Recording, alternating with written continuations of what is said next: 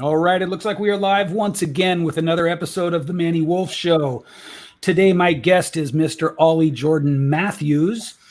I'm going to say a fit pro, but I think that title has been overused a little bit. It's like everybody who knows how to do a bicep curl now is a fit pro. Yeah, it's more health coach than fit pro, I think. There you go. There you go. More health coach than fit pro. Do you focus heavily on proper exercise techniques and philosophy as part of what you do? I have like the actual training part of it. Like when we look at personal training, of giving a training plan, it's only a small part of it. Yes, we're getting the exercise, that sort of thing. But I go really deep into like immune function, autoimmune conditions, and really optimizing our energy and our health as a whole. Well, then I'm just gonna use this as a time to get some free coaching from you in that case. Go for it. Go for it. I'm sure a lot of people will benefit from it as well. I think they probably would. Yeah. I think that so I was a personal trainer quite a while ago. I would say maybe 12 to 15 years ago, something like that. Maybe even longer. But anyway, the field has advanced so much in such a short time with the understanding that you guys bring now compared to what I did, which was basically teach people how to do push-ups and pull-ups and, bench press, right? Back then. And I would always say to people, you have to have good diet and proper sleep as well. But you and several other of the people I know in the space, you guys you're practically scientists, man. You are scientists. Let's start with this. If there's one main idea that people get wrong about, let's go with I was just looking in the mirror yesterday, Ollie, and the shoulders look good, the arms look good, the legs look okay, but the belly's getting a little bit big, right? Coming over the top, yeah. Yeah. And so I made a commitment just yesterday. It's so funny that we have this interview today because I didn't plan this like this. I was like, okay, that's it. Like, I've been working from home for the last 6 years and not out on job sites or moving around. And I think that it's like, it's the slower pace and the more cerebral pace is kind of catching up with me. So my question to you is, I imagine people mostly come to you to lose the belly fat. Yeah, it's gone that way. Working with entrepreneurs, it's like I need to boost my confidence, lose the belly fat when I'm doing presentations, and make sure my energy's there for launches. Yeah. But if you're going to say like one thing, I think that's what you said there with the question. It's hard to pinpoint one exact thing when it comes to training, nutrition, and things like that. But overall, I would say stress management. And second, accountability.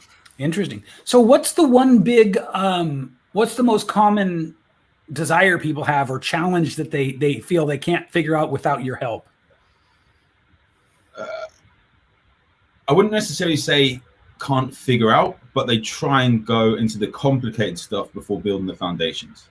Ah, yeah. Like okay. What you mentioned with what you teach people with training, pull-ups, squats, bench press, the basic movements, we forget to learn them before doing all these different things that we see. And that same thing goes for nutrition, goes for supplementation, it goes for all these different gadgets we can get now. Yeah. Rather than doing the basics well and doing them consistently. Isn't that funny? I mean, it's got to be in some way endemic of the world we live in because everybody wants to rush to the cooler, sophisticated, complicated, and I think it's a reflection of ego.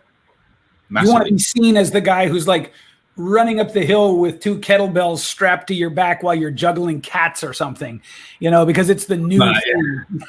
I'm not seeing it yet, but that probably will come up on Instagram now. Now that we said it,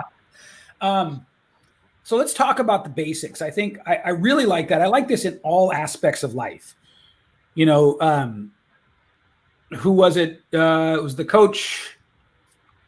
Charles Wooden, was it John Wooden, who said, don't give me the natural. Give me the guy who's willing to practice the same free throw 1,000 times a day.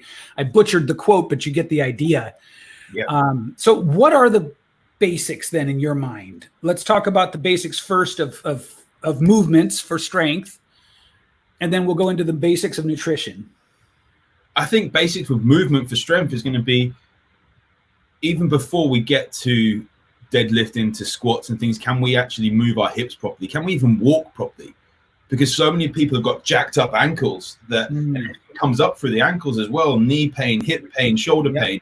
If we can't actually have our feet working, a lot of people have tight feet where like, the balls of their feet are just like completely, all the fascia is just like completely knotted up, and we need to stretch them out. So, and then look at ankle mobility as well, the footwear we wear and all these different things, that we're looking at things which, yes, we need to get all these complicated routines in, do however many sets and compound movements, all this stuff. But if we can't even get our ankle to move properly, our actual base and our grounding joint, basically, how can we get the rest of them to move properly? And how can we actually push our force through the ground to then, like, even when we're bench pressing and you're doing it for strength, you're going to be pushing through your heels and getting your glutes activated in there to be pushing forward. Right. And if we can't get that right, via stretching, via just mobility exercises, then we're going to get a lot of other things wrong. And that goes for running as well. If we're then not getting like the right running gait going, technique there, goes for riding as well, all these different things. And I think that is probably one of the, it's a question I've not actually been asked before on a podcast, but or on an interview, but it's a very good question, and people overcomplicate things without even looking. Oh, hey, my ankle doesn't function right. This is so you may not know. I don't know how many of my shows you've watched, but I have a philosophy of not vetting my guests first. And I started this show right when quarantine started, and I've only missed a few days the whole time, right? Every single time I don't vet a guest, with one exception so far. I'm not naming names because I'm not going to embarrass that person, but I've had these kind of moments of what I would call serendipity or synchronicity, where it's like, oh my God, this is the exact thing I wanted to hear. So this is really cool. So what we're going to do for everybody listening is we're going to use me as a guinea pig to get some advice from you, because this thing about the ankles and the feet, literally just been focusing on this. Just been having this sense that because my knees ache a lot, and but they're not injured per se, right? And so I went to a chiropractor a couple of weeks ago, and he did this little sort of, not a podiatrist level check of the alignment, but he checked my arches and stuff, and he said, well, what's happening, at least that I can see, is you got a little bit of like you're cantilevering in, and that would of course make your knees and your hips ache. How do we know? Like, do we just start with checking the feet no matter what we think is going on, or how do we know if it's an issue with the foot? How do we start to identify that? I think you can just see when we get our ankle joint and we're having trouble like actually getting our knee to go forward, like over the toes and things like that, without lifting our heels up, or even like just like, one of the random things, like you're taking a crap and your heels are off the floor. Yeah. Okay. All right. Like you have a squatty potty, which are big over in the US, but if you're just sitting there like squatting down and you can't get down without your heels lifting up, like your Achilles maybe like quite short and tight, and like the calf muscles, like my calf muscles are ridiculously tight, and it doesn't help with the cycling I do, but it's one of the things which we don't check that often. But even things like, what's our lifestyle anyway? That yes, I'm a health coach, but like you as well, we probably sit at a desk for a major portion of our day. I'm doing client calls, I'm doing plans. I've recently been making more music and things like that. And you think, oh, this is great. I'm sitting at a desk. What is that doing to our body? And like I switched away from my standing desk because I wanted a desk for production where I can have my keyboard, drum machine, all this stuff.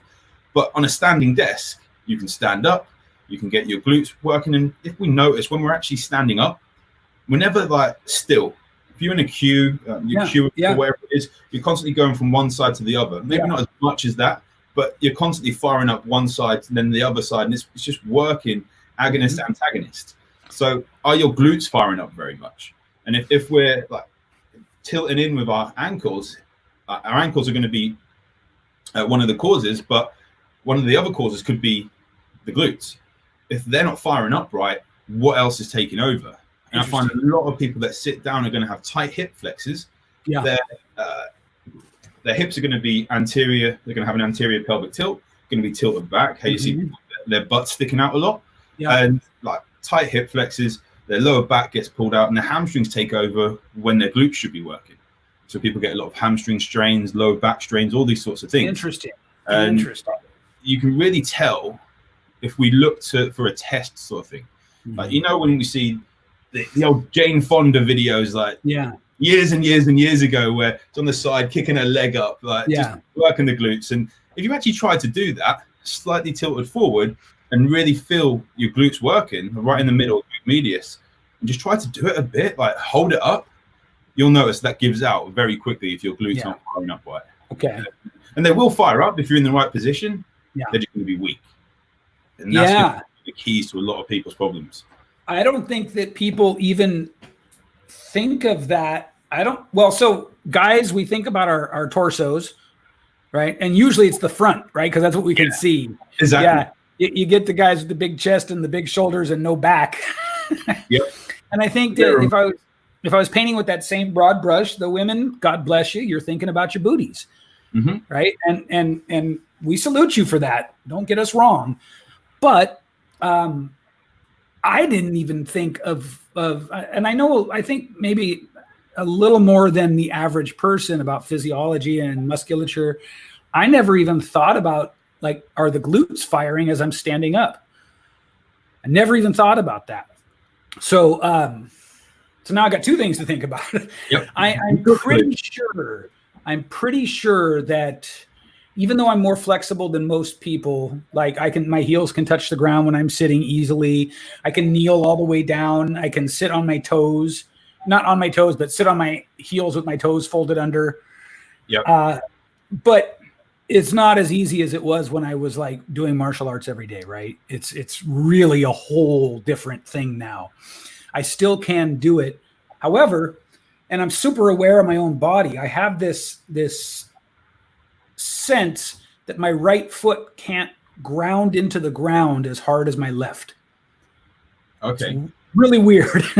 But it sounds like it sounds like it might be an issue with the glutes. Just a weak, like right side of your glute, maybe glute medius. And, just have a look. Do the Jane Fonda impression. Get on the side. There you and just go. see that is weaker on one side than the other. Or There even you if go. you're laying on your front and you try and like kick your heel up, are you having to do it straight? Are you having to turn your arm out? These sorts of things, or leg out, turn your toes out to actually feel your glute working. Yeah. And what is the first thing that actually contracts? Is it your hamstring or is it your glute? And like we see a lot of people injured from running, and especially you guys are pretty much like out of lockdown, and over here the government decides to open pubs before the gyms, which that shows us about health, right? But anyway, that's a different interview. Let's not go there. But everyone's running or doing these other different activities they wouldn't normally do, and doing bodyweight workouts at home, doing high intensity work at home, but they're getting injured because their body is not used to it. Right. And one of the things, if your glutes aren't working very well, if your hips aren't flexible enough, these sorts of things, and to able to and strong enough to actually go through this motion, then you are going to get injured. And if we're sitting down more, otherwise, if we think as well, people have probably walked to work for a lot of times, and they've like been walking around when they're at the office, and then they're just sitting down doing work. They're actually getting out of their bed, going to have breakfast, doing work. They're not really doing much exercise, and then they go to run. Their glutes are going to be working even less than normal. Yeah, it's something we really need to take note of. So, what would you say? Let's go with 1 to 3 absolutely essential movements or exercises to get the glutes back in the game. I think doing a bridge, like a reverse bridge, like hip thrust, reverse bridge, whatever people want to call it, is going to be one of the most beneficial ones if you're activating your glutes. And I say activating again, like people say we have to activate muscles, but if you put it in the right position or firing up, it's always going to fire up. Okay. But a lot of people as well, it's about feeling that muscle. Yeah. Because some people, they're flat on the floor when they're doing a bridge, like feet flat on the floor. Are they going to feel it? They have to turn their hips out a little bit. And it's just having that connection with that muscle. Like finger on your bum when you're then actually like moving your leg around to feel where that muscle is contracted. Whether it's firing, exactly. And go up and contract that muscle as hard as you can, and then hold it, and then just say in your mind after 5 seconds, like contract and contract and contract. You're surprised you can't hold that peak contraction for very long, and you have to keep doing it and keep doing it. Yeah. So that would be one of the big things. I would say things like, yes, we can look at squats and things, but simply just getting up off of a chair without using your hands. Oh, okay. Yeah.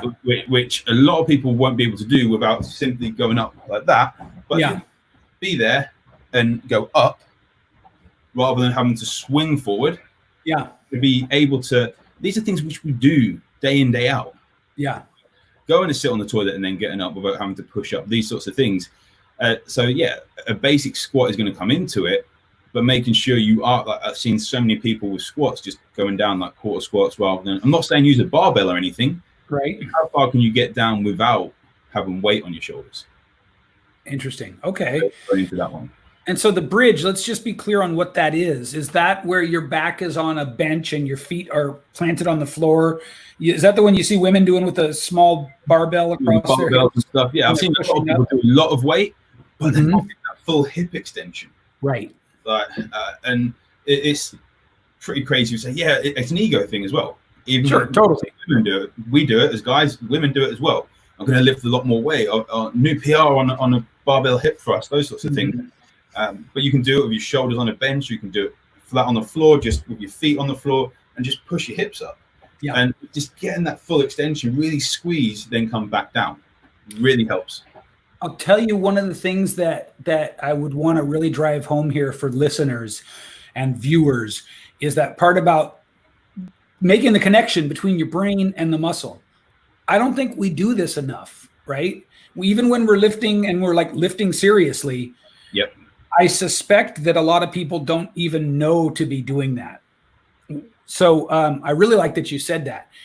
And if you were, so we're doing a bridge now in this example, and you're really thinking about really both butt cheeks squeezing up hard, you're going to find that it's a whole different exercise than just sort of mindlessly going through the pushing motion.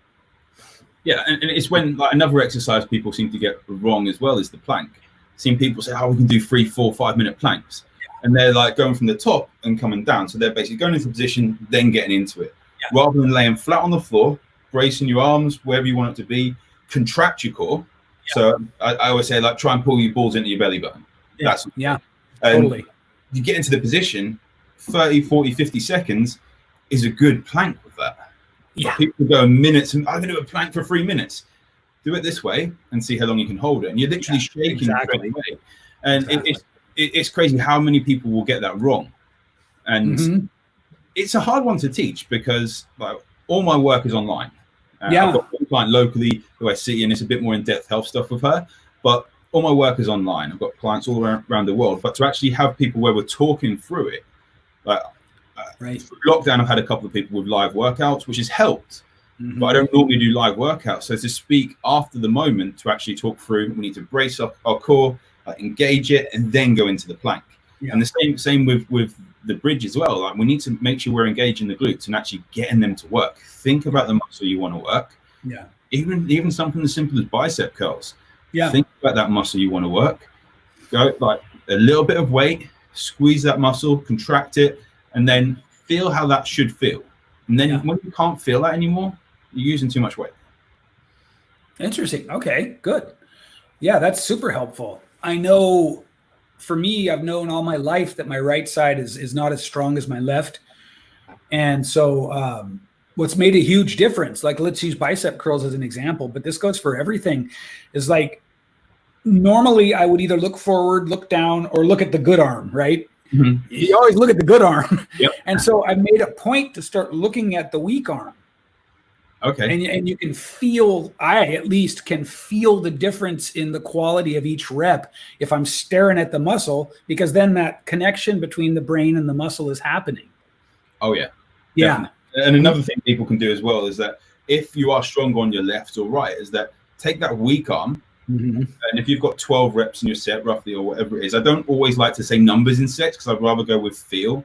We're going to say 80% of effort, so you'll get a weight around 12 reps.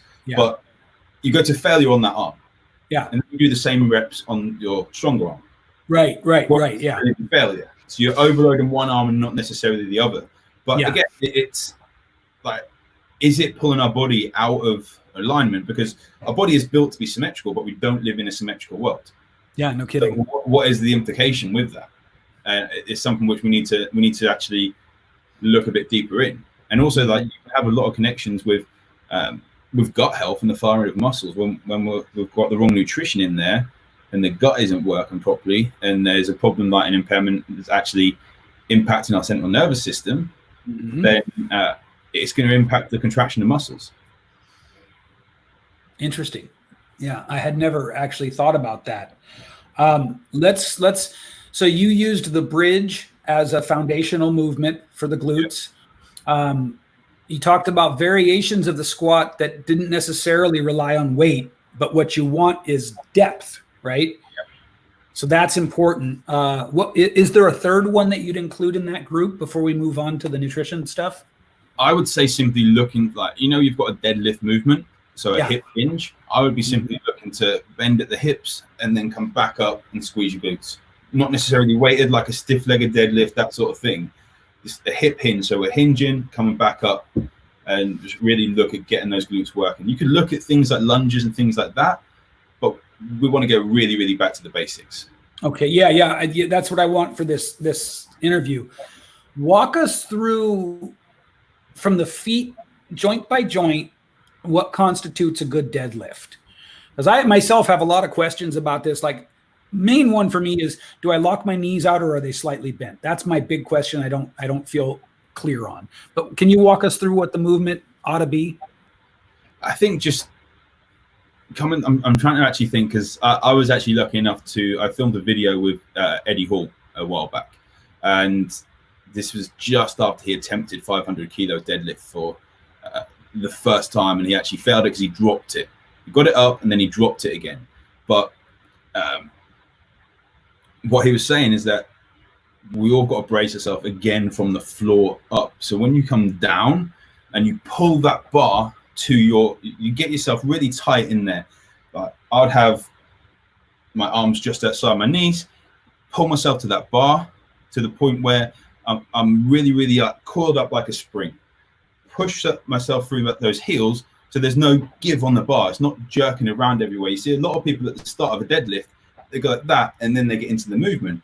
But what a lot of people need to be doing is get really, really all that tension up there and push through the heels. Now, what will actually happen is that when they push through those heels, that I say to people, push the floor away. Don't pull the weight off the floor. And you push that floor away, you really engage your glutes more. And keeping that chest nice and high, coming up and getting those hips to go from that hinge back to straight. Now, as you say, for locking the knees out, I would keep them loose but not locked out. So straight, just shy of being locked out, like just short of it. What I would say is lock the glutes out. Okay. Hip, but not leaning backwards. You don't want to go from there right and then backwards, because we think where that bar is pulling.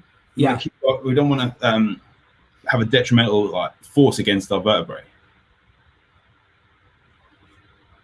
So for the knees, is it the same thing as a good boxing punch, where you come just shy of?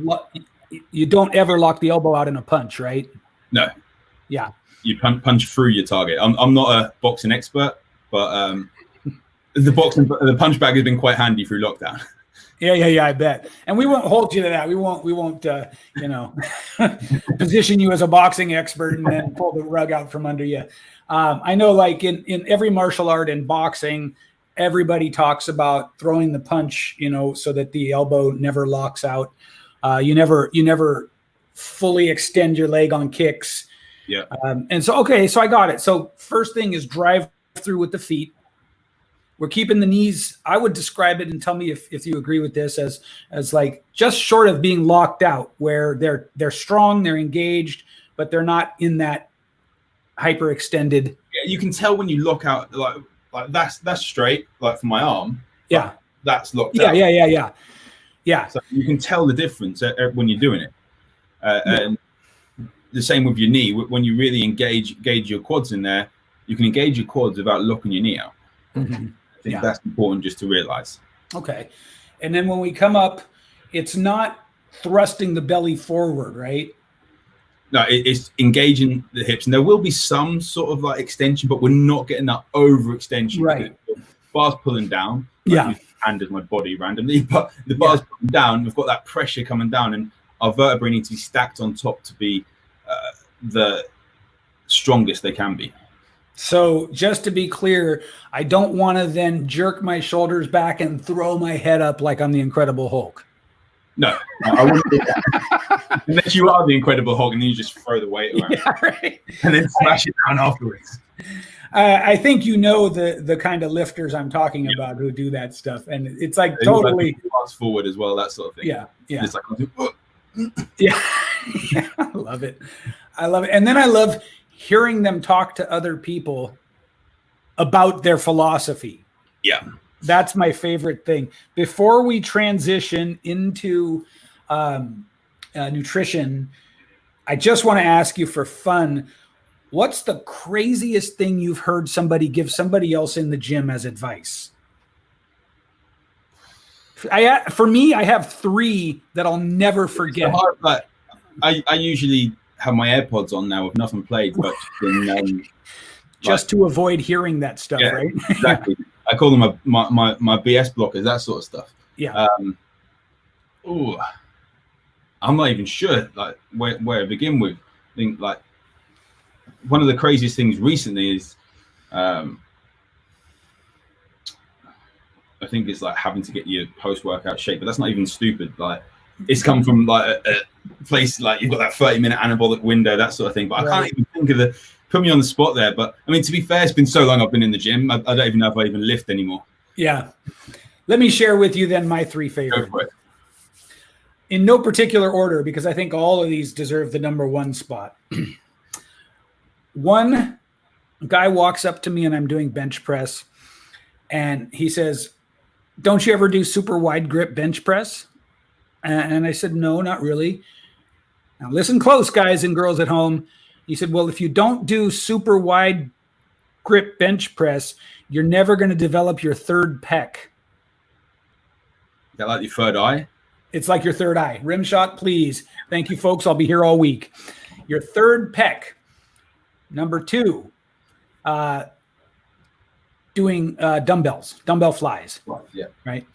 And this monster of a man walks up to me. It's like the guy wouldn't have to work out. He's already 280 pounds and 6'6" and full of muscles. He's like the guy in that Men at Work song. And he says, "Hey, bro, you know, you need to really, really reach your arms out far at the bottom edge of that movement." And I said, "Oh, why?" He goes, "To get the outermost third of your pec." And now, my favorite, I was walking by a huge guy and a little skinny guy, and love you. By the way, I was the skinny guy in the gym for years. This is by no means 2 guys that are into fitness bashing the skinny guy. I salute you. I salute everybody who's in there trying, even though they are nervous about whether they look cool or not, because it is a hard environment to come into in the beginning. Oh, yeah. That having been said, the huge guy, I walked by and I just catch this out of one ear. He said, "The back is the biggest muscle on the body. That's why I work it out the most." Thank you very much. I thought you were going to do another chest one there. I'm like, do you train anything other than chest? So anyway, just thought I'd share a little brevity, a little moment of anecdote for you.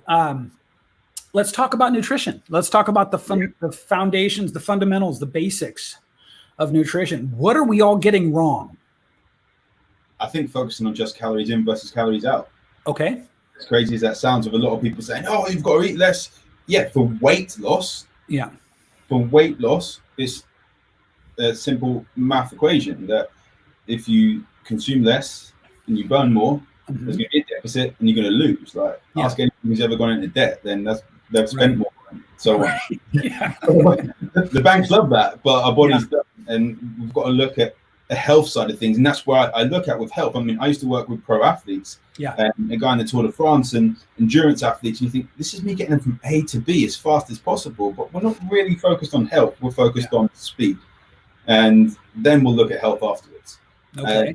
But if we focus on health, the quality of food, are we getting the right nutrients in?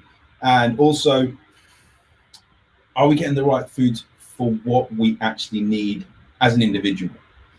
Because I actually wrote this subject down to talk on my live tomorrow, and I'll do it as well. But healthy nutrition should be individual based. Because what is healthy? For me, I react if I have gluten and if I have too much dairy. Someone may be cool with gluten, and maybe they can't have fish, and all these different things based on their genetics and are certain impairments in their genes that, like, so they can't manage stress as well. These sorts of things. And when they're more stressed, like I can handle gluten if I'm not stressed.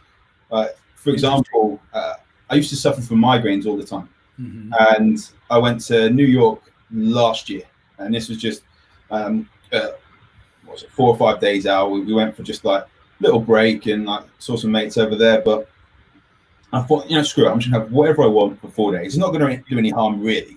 Right. And, like, if you see on my social medias, we're talking like nachos all the time, like professional nacho eater and things like that. I've eaten like Chilean nachos. I love it, and I'm waiting for the restaurant to open up just so I can go and have some nachos. But I had like nachos when I got there. Nachos, there was like breakfast nachos and like, we're in New York, and then. I had this Homer Simpson burger, which was like a donut with a burger in there. I had gluten for like 3 or 4 days straight. And then I started getting a migraine. Wow. 2.5 years, yeah. I wouldn't have it again. It was, but that's a one-off experience. It was a bit of a sugar overload for crying out loud. I would think so. I didn't need any dessert after that. That was in a real crazy bar. What was it? Ellen Stardust or something like that. And all the wait and staff, they're actual actors. Like, oh wow! So they just burst out into song all the way through your meal. Anyway, I digress with that. But I had gluten for like 4 days straight. Some dairy on top of that, and then the day after I got back, bear in mind there's 5 hours difference between East Coast here. Right. Yeah. The jet lag, the travel, the gluten. I had a migraine every day, and then on the Friday. I literally, I was looking after my niece, and I called my sister and said, look, you're going to have to come and get her because I can't see out of my eye. I still had to drive home. Didn't really have done that, but I managed to drive to my chiropractor, or my doctor first, because I hadn't been to the doctor since the last time I needed migraine medication for like 2.5 years before. And got the medication. It was like, for me to actually take the medication, it actually is a lot. And so I had that. Went and had an adjustment in my chiro, and it was like, you see those celebrities trying to avoid the paparazzi. I had like glasses on, cap down. I was just, but it was the stress that had that. And I talk about that because some people could get away with, they might feel sluggish after that amount of junk food and gluten and basically, but that impacted me with migraines. And I know some people that they might have like a reaction to, I know someone who's fine with farmed salmon, but wild salmon, they have a reaction to. Wow. Broccoli, they have a reaction to. And I think it's where we have a look. Remember we said about with the muscles, having that mind-muscle connection. Yeah. We need to be aware of what we're eating. And I couldn't agree more. After food. Because a lot of people, so you mentioned about the stretching side of things. If you didn't know what it was like to be very supple and mobile, you wouldn't know how much you've lost.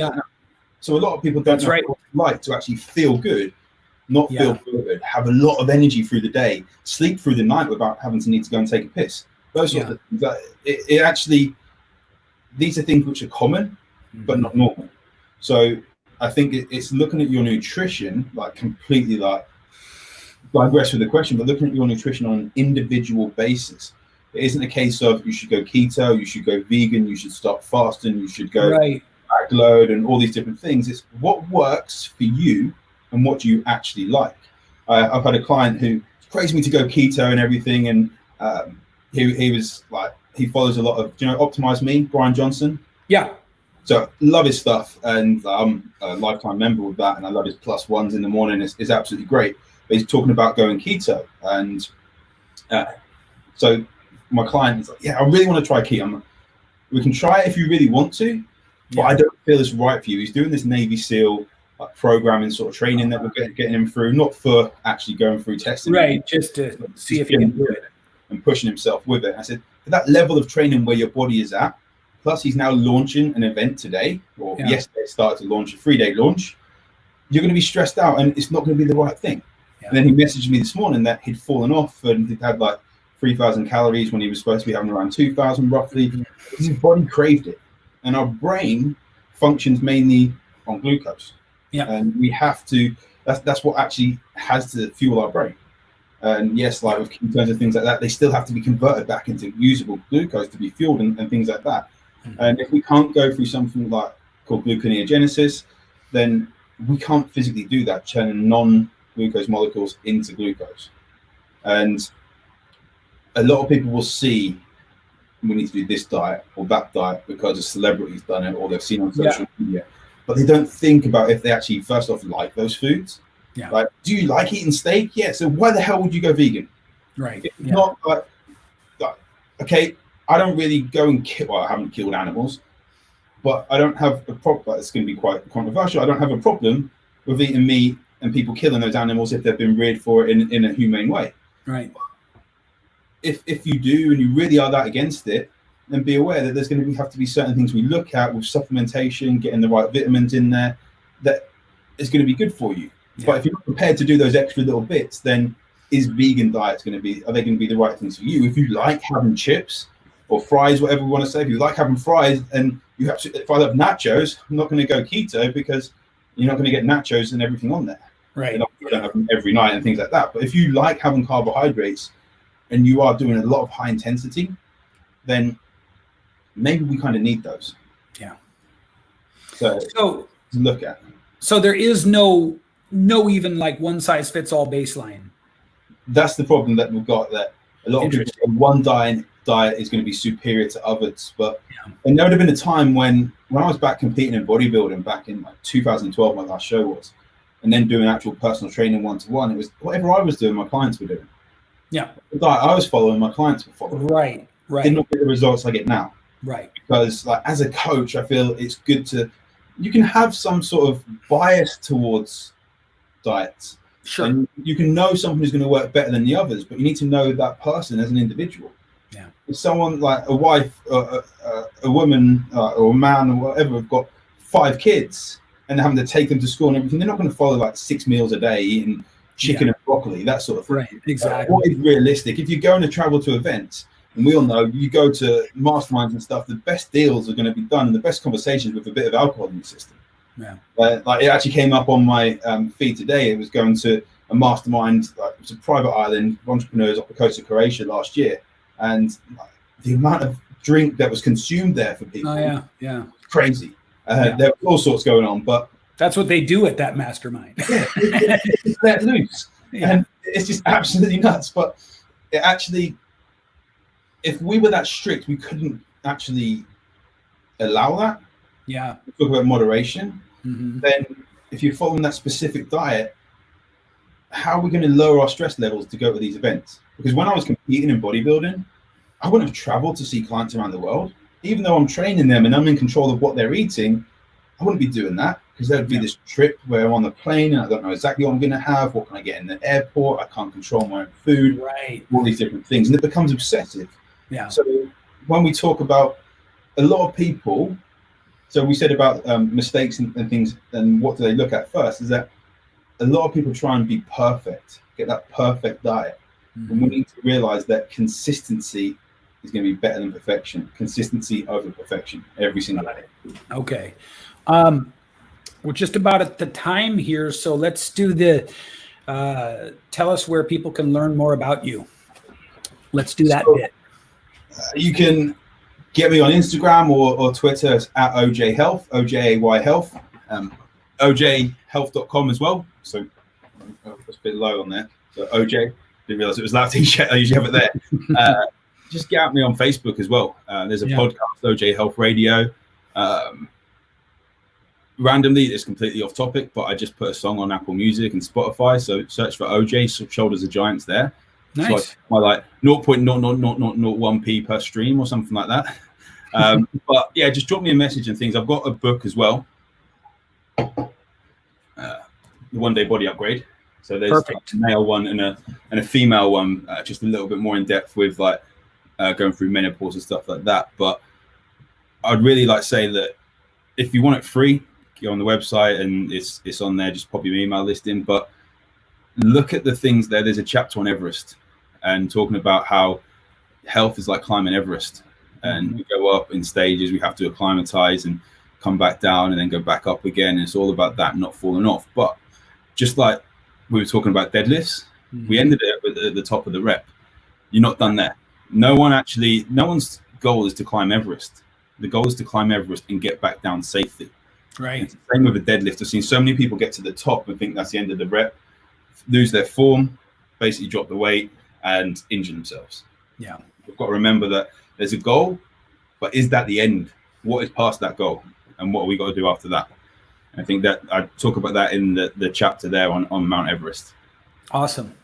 We'll get all these links from you, all that you want to share, and we'll put them in the show notes for you, for everyone as well. It's been an absolute pleasure, Ollie. Yeah. It's been great. Thanks for having me. Definitely glad you came on board, my friend. Thanks. And I apologize for the one before, because one of the ones you missed was probably when I was supposed to be on before, but lockdown stuff happened. That's how it goes. Yeah. All right. Thank you, man. Thank you.